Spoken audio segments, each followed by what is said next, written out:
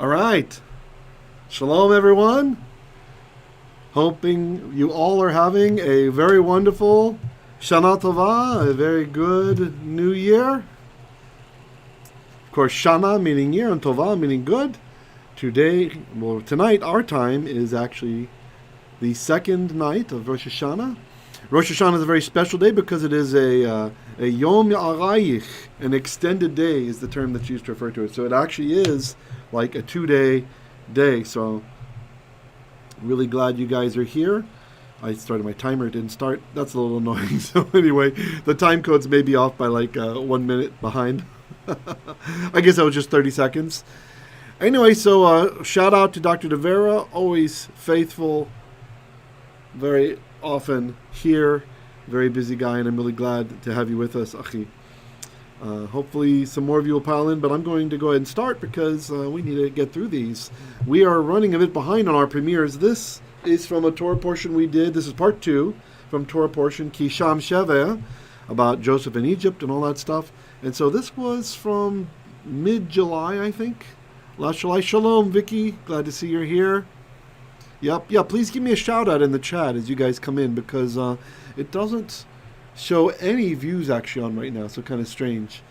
And also pray for our channel. I noticed that one of our first videos early on in Genesis has 277 views but only 10 likes, and I find that a little hard to believe that we'd have less than 3% likes. So either that's some kind of an attack against us, or there's something weird going on with the algorithm, or I just don't think that many people could be that forgetful to click like, and it was just so terrible or something like that. So please, you guys, if you enjoyed tonight, make sure to like whoever's here. And yeah, because wow, 10 out of 277, that's not good. As a previous computer programmer, I know what an algorithm would do if it saw 10 out of 277. It's going to say, nobody wants to watch this. Why would I suggest this to anybody? Yeah, so, all right, so let's see. Without further ado, let's go ahead and pick up where we stopped last time. Again, this is Torah portion, triennial Torah portion, Ki shever sham. We're running about, I think, 7 weeks behind. So I'm trying to figure out a way that we can get it maybe not caught up. I think it's good to have the delayed play, right? But it's exciting to be doing this with you guys on Rosh Hashanah.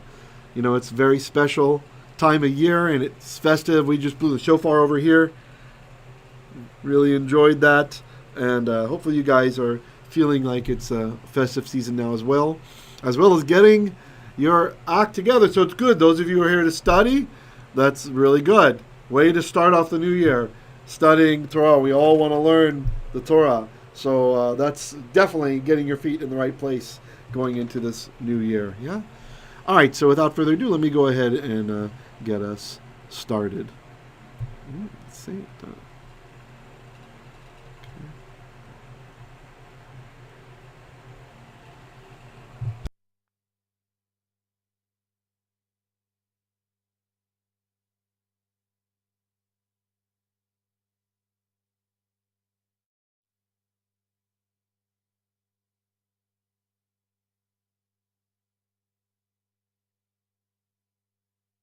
Interesting. So Redu, when you add up the value of the gematria, it's 210. And so this is why Breshit Rabbah, as Rashi's commenting on, is saying Yaakov chose his words very carefully. It's prophetic even, saying Redu instead of Lechu.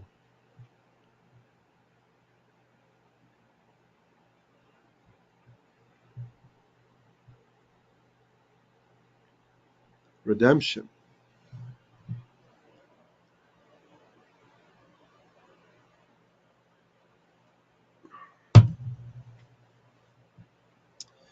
Genesis chapter 42, verse 3. Vayeredu ackhey-Yoseyph asara. So the brothers of Joseph, 10, that's asara, yeredu, they went down, they descended. Lishbo, to acquire grain, bal, grain, mi Mitzrayim, from Egypt, although some manuscripts say be Mitzrayim, in Egypt.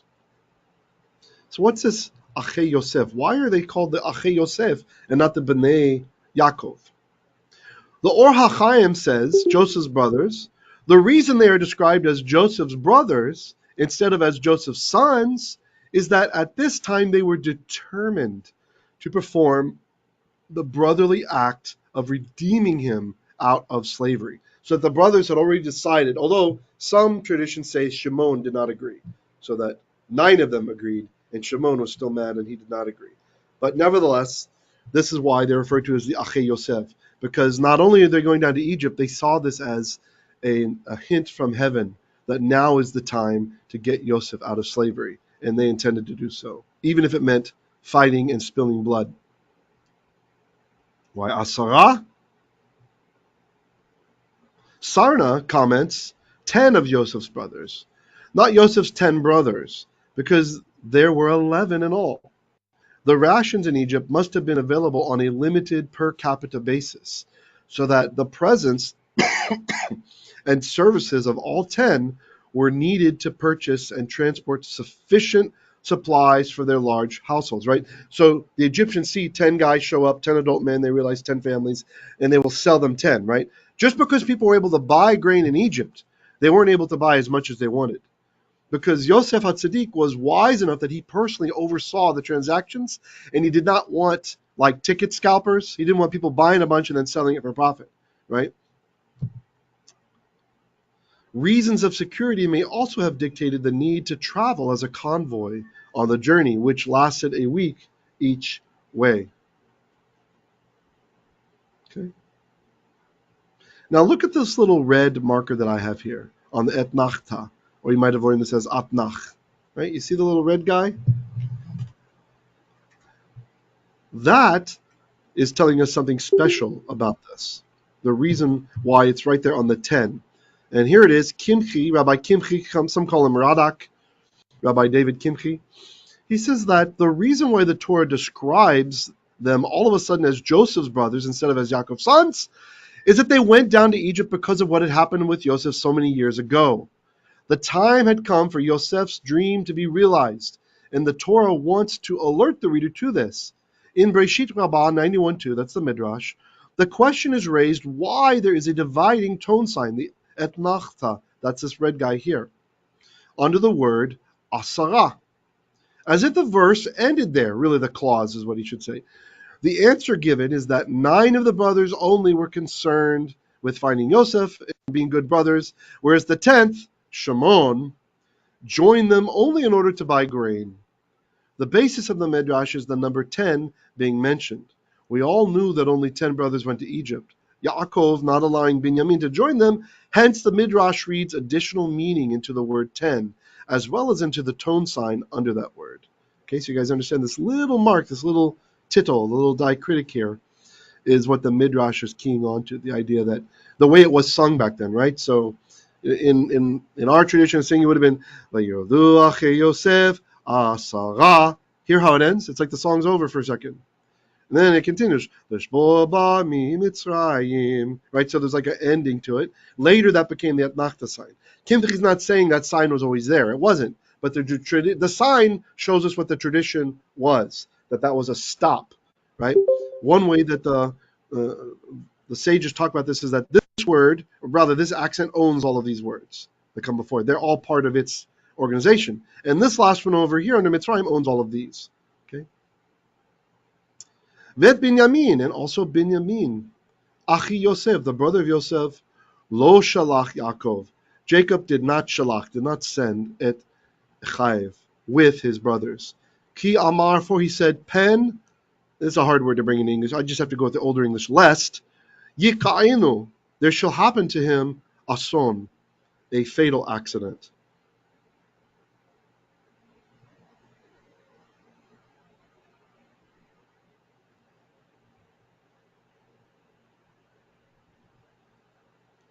Genesis chapter 42, verse 5. ויבואו בני ישראל לשבור בתוך הבאים, כי היה הרעב בארץ כנען.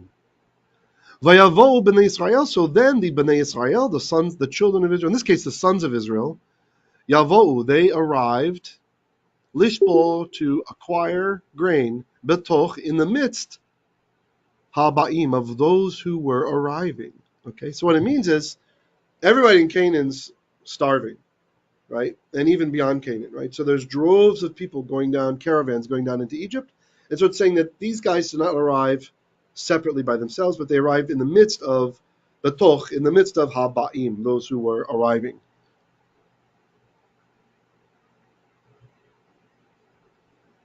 Rashi comments, basing his comment on the Midrash Tanchuma, that they hid themselves in the crowd, right? So people wouldn't recognize them easily, right?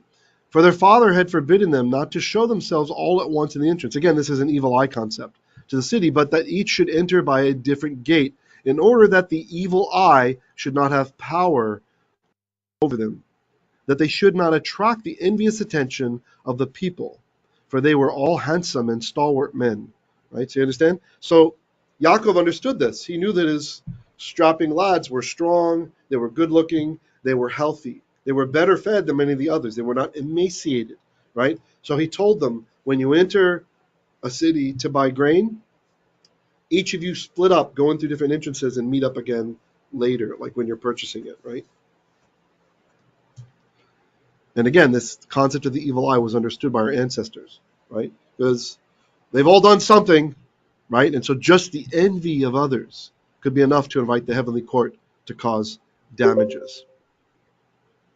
Ki haya, for was, hara'av, the ra'av, this is from the word to be hungry, it means famine. The famine, or the hunger, be'eretz Canaan, in the land of Canaan. Verse 6. Yoseph hu hashalit al haaretz. Now Yoseph, he was the ruler, right? Really this means the dominioner, right? It's the closest way to translate this would be the sultan. Even sultan in Arabic, it's the same root, right? The sheen is a s instead, though. Shultan. Al haaretz, upon the earth or over the land. Who, hamashbir, he was the one who, so they're going down to shavar, he's the one who is the mashbir, that is the one who causes the purchase of the grain, right? The one who distributes it, who oversees it. Lechol am haaretz, over all the people of the land. Vayavohu ackhey-Yoseyph, so, or when the brothers of Yoseph, yavohu, when they arrived, vayishtachavu lo, they prostrated down low to him. This isn't low with an aleph, don't confuse it with no, right? They sound the same, but they're different words. This is with the vav, for those of you listening only. Apayim aretza, their faces towards the ground, right? And we don't have to say their faces because it's implied in the sentence. So let's back up here to hamashbir, the one who distributed, the distributor. Sforno comments, he was the one who sold. That's hamashbir. For those of you in any of the Hebrew classes, Bereshit 2 or up, this is a participle with a definite article on it, and that's how the Torah expresses asher. The one, asher mashbir, the one who caused the purchases to happen, i.e. the seller. He did not trust his servants with the task because the sums involved were too great. This is according to Sforno. So Yosef personally was involved in the selling of the grain. On the fact that they prostrated down to him, faces towards the ground,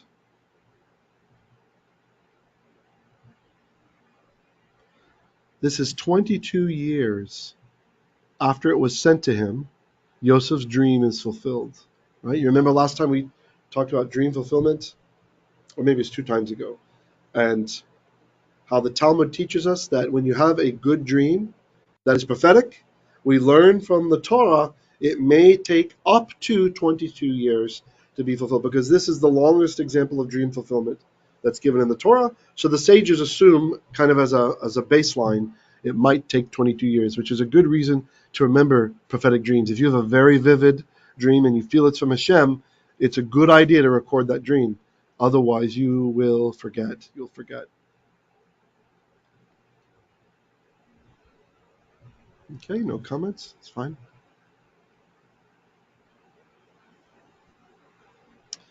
More on dream fulfillment. Genesis chapter 42, verse 7. It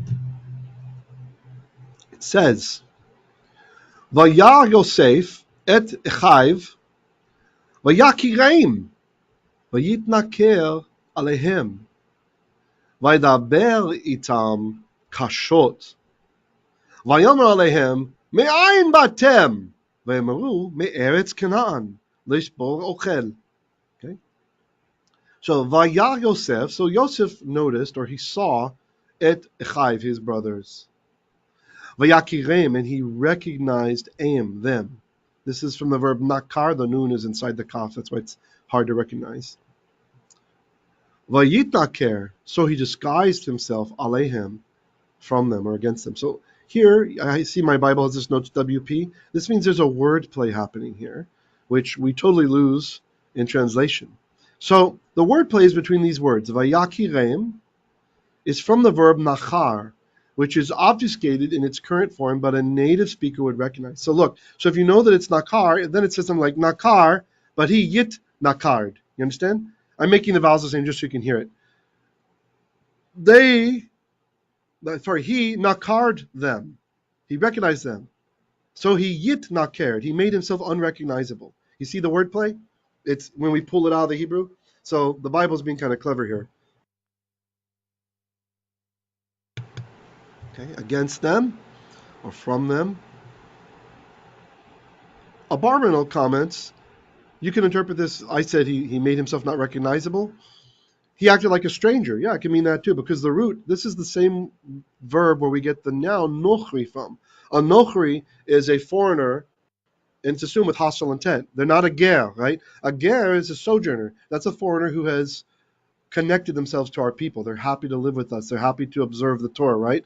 A nochri is someone who doesn't keep the Torah and is a foreigner, right? Like that. So he acted like a nochri, like a stranger. So many people were coming down from Canaan that he was afraid someone might recognize him. He did not want to reveal himself to them, treat them well, and open himself up to the charge that he was sending the king's money out of the country to Canaan. And if war would break out between Egypt and Canaan, Yosef would have been in great danger. He needed a way to bring his brothers and father down to live in Egypt, but he was still afraid his brothers hated him and might try to kill him. So he wanted to test them to see whether the intervening 22 years had changed them. That's Abarbanel's perspective on this. Vaydaber, so he spoke itam with them, kashot, harshly. Now, the Masorah, there's Masoretic notes actually in the text here. The Masorah tells us this is the only time in the entire Tanakh when this phrase is used, harshly, kashot. We get kasha, like in Egypt when we're enslaved with avodah kasha, backbreaking labor, right? But this kashot as an adverb, this is the only time it's used in not just the Torah, the Tanakh. Sforno says it means he did not speak humbly as he usually did. So usually Yosef HaTzadik, he spoke to everybody, great and small, humbly. He was humble to them, right? Not, I'm the great Joseph, I'm the president, I'm the whatever. Where's my respect? Where's my honor? Beating his chest. I deserve honor, Dirk. Instead, he acted like one should act, who has great office. He didn't lord it over them as the Gentiles do, but he was humble. You see this whenever a Gentile gets a position of power, they want to constantly remind everybody of their power and position and title and rank and all. And if you even ask them a question that they look crosswise at you, they might take offense at that, right? This is a very non-monotheist position, a very non-Torah position. Vayomer alehem, and he said to them, Me ayin, from where, Batem, have you arrived? Vayemru, and they said, Me eretz Canaan, from the land of Canaan. Lishbor ochel, to acquire food. Just checking in, see if anybody's got a comment.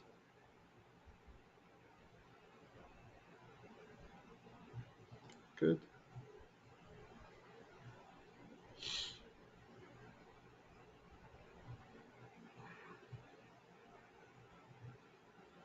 Genesis chapter 42, verse 8.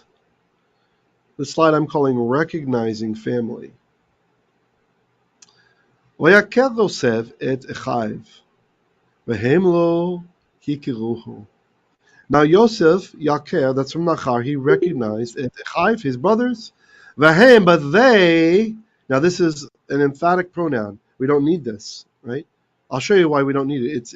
It's like extra, because what comes next, it says lo did not hikiruhu. So the hikiru, the u means they, and who is him. So they did not recognize him. But we have another they. So really the Torah says, but they they did not recognize. You see, it's emphatic, right? So it's juxtaposing his recognizing against them. They themselves did not recognize Yosef HaTzadik. Rashi comments on the Vayakar Yosef et Achayiv. Now that they were in his power, he recognized them as his brothers and had pity on them. That's why the Torah is repeating this phrase. We already know from the previous verse that he recognized them. So the Torah is saying that he acknowledged they're his brothers. You understand? It's something like this. He's in the position of power and he has compassion on them. Vahemlo hikiruhu, but they did not recognize him. But when he fell into their power, they did not recognize him, meaning as their brother, by acting towards him in a brotherly manner. Right? So Rashi is really zeroing in on the familial aspects of brotherly love. That Yosef has it for them, and he recognizes them, and he loves them, and he has pity and compassion on them. Even though it might seem harsh the way he's going to treat them, this is not vengeful, this is not harsh.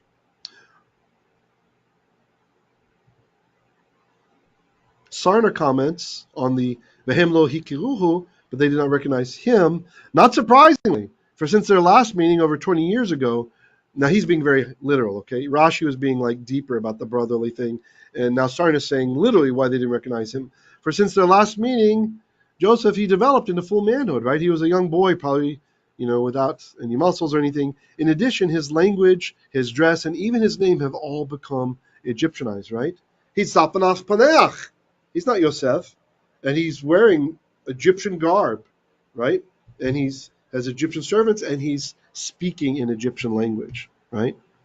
We learn later Yosef cleverly does not speak to them in Hebrew, not yet. He speaks to them in Egyptian, right? So yet another part of the hitkarehu, that he's disguising himself to them, not only in appearance but in manner. Verse 9, Vayiskol Yosef et hachalamot shechalam lahem, vayom alehem meragelim atem, lerot et ervat haaretz batem. So verse 9, Vayiskol Yosef, then Yosef remembered et hachalamot, the dreams, asher, which chalam he dreamt, lahem, concerning them. Vayomer, and he said, alehem, to them, meragelim, spies, atem, are you all.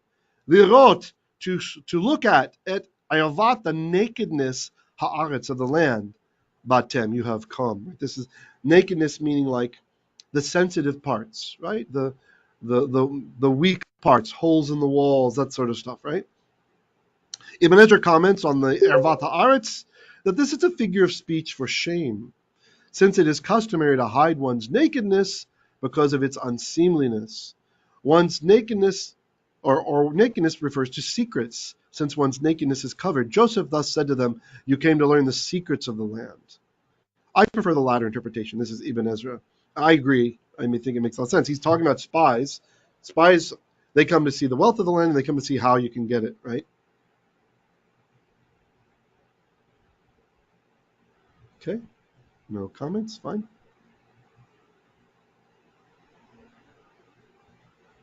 Genesis chapter 42, verse 10. But they said to him, Lo Adoni, va'avadecha ba'u lishbor ochel. Lo Adoni, no, my master. Va'avadecha, for your servants ba'u have arrived lishbor ochel, to acquire ochel, food. Now, see how I have the vav highlighted in green? This is an example of what we call a vav emphaticum, right? So it's strengthening what they're saying, or it's saying to the contrary, right? Something like that. So we don't really have to say and. So, and agreeing with this perspective is Sarna, and also an ancient sage, Qimchi. So Qimchi says, truly your servants have come to procure food. Rather, but your servants have come to procure food, according to the old Jewish publication translation. The conjunction vav can sometimes indicate contrast. Check out Psalm 7:5 for more on this. Okay, and then Qimchi's talking about his grammar. Sefer Michlol. Verse 11. Kulanu b'nei ish echad. We are all sons of ish echad, of one man. Nachnu, are we. Sarna and Abarvanel comment on this. We are all of us, the family, we're a family unit. and would not jeopardize the lives of all of us by collectively engaging us in such a dangerous occupation, right? Like, why would a father send so many sons? If just to spy, right? Since spying is so dangerous. So this refutation of the accusation of espionage is felt to be so compelling as to warrant reiteration, right? It's going to be said more than one time that they're sons of one man. By the way, anachnu, Ibn Ezra comments that this is the correct form. Even though we usually see anachnu, he claims that nachnu is the correct form, and anachnu developed later in time. Gersonides comments, I learned the following interpretation from my father and teacher. May he rest in paradise. Well, how wonderful to have a father who's a teacher also like that. Spies live their lives in profound danger, always on the brink of death. A man might let one or two of his sons become spies, but not 10. How true is that? And there's no end for spies. The spying on the spies never ends. Keinim anachnu. Now we have the full anachnu. Keinim, like, it's something like, thus are we, like the way you see us is how we are. Cain, right? Cain, like not in modern Hebrew meaning yes, but in biblical Hebrew meaning such. Such as this are we, like we are how you see. We're not hiding anything. Lo hayu avadecha, your servants have not been me'agalim, spies. So they're saying not only are we not spies, we never have been spies. Verse 12, Vayomer alehem, but he said to them, Lo, ki ervat haaretz batem lirot.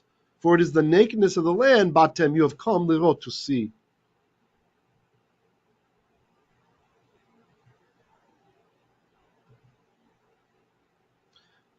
If this were true, you would have all entered via the same gate. See, so ironically, in attempting to thwart the ayin hara, the evil eye, by entering in separate gates, Yoseph observed this through his own lookouts and guards, that they came by different gates. So he now uses this against them as evidence of being spies. He's saying, if you weren't spies, you would have entered all together. Why be sneaky about it? Why come in through different gates, right? For this opinion, you can see Nachmanides and Rashi both agree on this. Let me just see if there's any comments. Okay. Everybody is captivated or asleep. I'll believe captivated. We'll speak Lashon HaTov, yeah?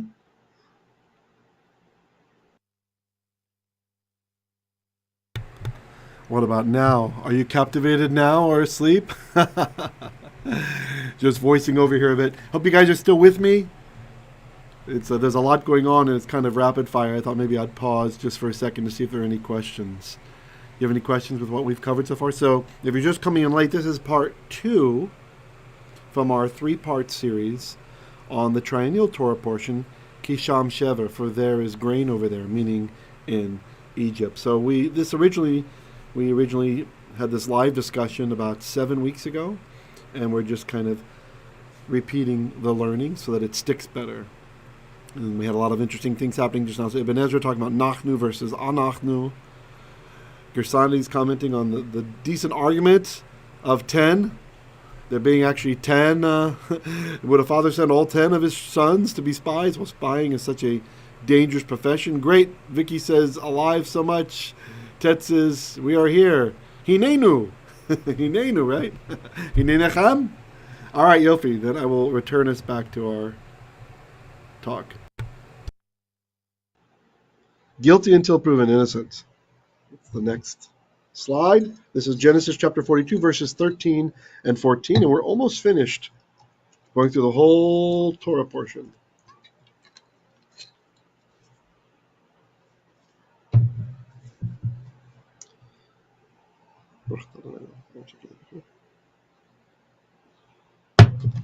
It says, "Vayamaru shnei masa avadecha, achim anachnu bnei ish echad be'eretz Canaan."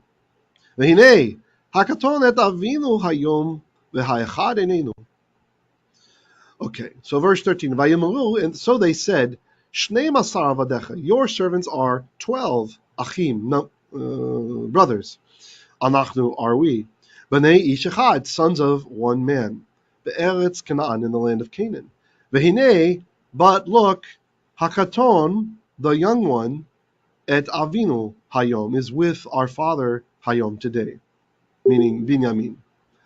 V'ha'echad, and the other one, einenu, is no longer with us. Sarna comments, one is no more. The phrasing may either reflect their uncertainty as to Yoseph's fate or be a delicate way of saying that he was dead. Later on, Judah explicitly states the latter. Yoseph does not pursue the point.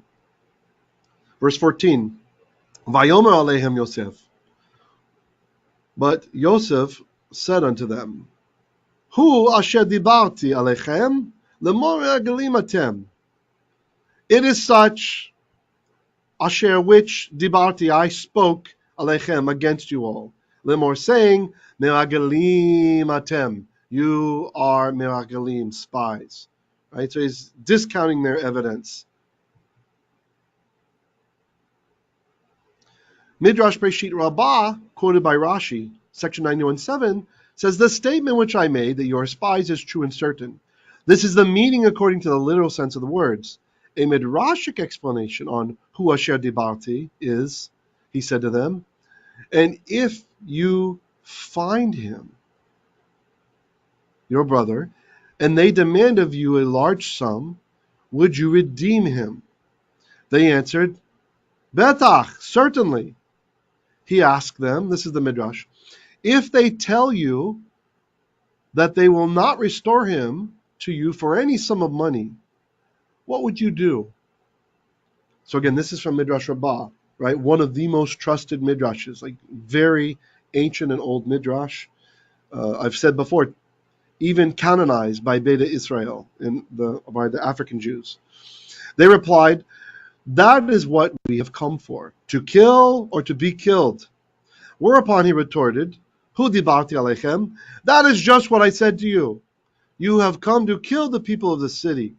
I have divined by my goblet that two of you destroyed the great city of Shechem. Right, so interestingly, he's talking about Levi and Shimon. Imagine their eyes, if this Midrash is true, that he's saying, I found two of you murdered all these people in Shechem. They got to be so worried. Let me just check if there's comments. Vicky says, yes, captivated, Rav. Baruch Hashem. Genesis 42, verse 15, 16, and 17. This is the end of the Torah portion. Bezo tibacheni. Pardon me. Tibacheni.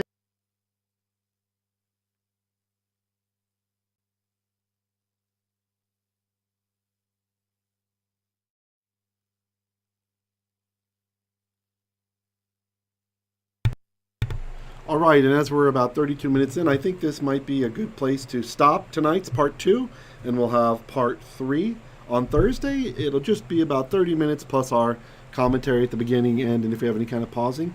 So on Thursday nights, I'm adjusting the time to be at 8:45 instead of at 9. That's because I have a Hebrew class at 10, right? So our premieres as they stand now at 9 on Mondays, 9 p.m. over here in Asia, 9 a.m. Eastern Standard Time, we'll have our premiere. And then on Wednesdays, we have our Revelation class at 9. And then on Thursdays at 8:45, we're going to have the next premiere. And that will have to be done, by like 9:45, so I can be ready for my Hebrew class. Okay, and I'm trying to figure out if on Tuesdays or which day of the week I'm going to plug in our up-and-coming intermediate level language lab, right? So we're converting the intermediate Hebrew class over into like a language lab. So anyway, you guys maybe let me know what days work for you on that, and we can kind of try to figure something out. All right, so any comments or questions about what we studied tonight? I know it was kind of quick, but 30 minutes seems fast when sometimes you do an hour. I'm trying to respect your time here. Thanks for those of you who came out. I see there's been, 15 views? 14 views. Please make sure to like the video. Give it a thumbs up. This helps me to get the message out there. We're trying to get this channel to have at least 100 subscribers. If you're not a subscriber, please hit the subscribe button. Once we have 100, we can name it better, just like our other channel. Like the other channel we have is youtube.com/C, letter C as in channel, /Hebrew Literacy, all one word. That one's got almost 500, getting up to 500. And this one here, we don't even have 100 yet. So we need to hit that 100 mark, guys. I'm hoping by the end of the High Holy Days, we'll have 100, so I can give it a better name than what it is now, like, C432, whatever. Not very easy to remember. All right? So with that being the case, I don't see any more comments or questions. Maybe I'll just let you guys know. Go be with your families. Enjoy the holiday. I'm very happy that it's Rosh Hashanah, and Lashana Tova to all of you, and may your name be written for a good year moving forward. Oh, okay, there was a question for Dr. DeVere. He says, let's see, how come Joseph had personally supervised the selling? It is a poor management method. Must be so that he would be able to see all the buyers, so he will have the opportunity to see his brothers, whom he supposed will surely go to Egypt because of the global famine. Yeah, actually, we had a comment on that a few Joshua back. That's a good observation, Doc. That one of the Midrashas say that the reason he was personally involved was that very reason. He wanted to see his brothers, but he also had lookouts. I think it's Midrash Rabbah tells us he had lookouts at all of the different gates coming into the city with a description of what the brothers would look like, and they reported back to Yoseph when there were suspicious Hebrews coming in. And that's how he knew, according to the Midrash, that they came in by different gates, and he was able later to accuse them, hey, if you're just here to buy grain, why'd you come in through different gates? But as we learned tonight, the reason they came in through different gates was because their father told them to, in order to avoid the ayin hara, the evil eye, right? Because you have a bunch of strong, handsome, good-looking guys coming in all together. Hey, how come that family's so healthy? Well, everybody else is starving, right? In times of starvation, in times of deprivation, in times of privation and loss, on large scales, the evil eye becomes exceedingly lethal. So you have to be very careful not to show off what you have in those times. It could even result... there's a story, I remember, where was this? There was this guy, I think Joshua was telling me about this. There was a guy who had a solar panel set up. He had his own power, and he was always prepared for the end and all this kind of stuff. It's in one of the Arab countries. Was it in Egypt? I think this was in Egypt. And they had a period of great turmoil. They didn't have electricity. There was even some food shortages. And this guy, with his high walls, had his electricity going, has his air conditioning going, and he starts cooking steaks. And people smelled the steaks. And they ended up breaking in his compound and killing him and taking all the stuff, right? So, you got to be very careful of the evil eye, especially in times that are not of plenty. Otherwise, bad management style. Yeah, I would agree. Vicky says, bitin, how's that in English? Bitin? Are you saying the Yiddish word? Praying? I'm not sure what you mean by B-I-T-I-N. Or is that something from Tagalog? I don't know. Yeah. I know I think there's a 7-second delay, so I answer a question, I ask a question, it'll take 7 seconds before you guys see it. So if you didn't do the thumbs up, do the thumbs up now, please. And make sure to subscribe if you're not a subscriber. It's nice. 15 views, not bad for a little holiday, midweek, just kind of thing popping up. But I sure hope we can get at least 10 likes, right? So the algorithm doesn't think it's totally boring what's happening over here with Simchat Hashem. All right, I'm going to let you guys go then. Lashana Tova, be well, be healthy, be blessed, and keep studying. Oh, too short, she says she wants more. Well, we'll just keep you hungry. Good. We'll keep you hungry. Well, make sure you've read the Torah portion for this week. We're on Exodus chapter 3 for this week for the triennial parsha, yeah? So maybe go through that. And if you guys have any comments or questions, you can talk to me about it over in the Messianic chat. That's t.me/Messianic chat. That's a Telegram chat group. We like to talk about Torah and stuff over there. And of course, you guys can do it in the Hebrew literacy if you're shy. But, start putting some of the more interesting questions over at Messianic chat. Let's let some other people see it. Yeah? Great. Vicky says she enjoyed hearing how I narrated and interpreted the story. Baruch Hashem. I'm glad. Well, this was just part 2, right? Part 3, we have another 29 minutes from the original Drash, and we'll talk about that. So that'll probably be about a 45 minutes lesson on Thursday, yeah? Where we finish it up. All right, shalom. Thanks for being here, friends. So glad you guys are here. You have a great evening, or if it's morning for you over in the States, great morning to you too. Shalom, and be well.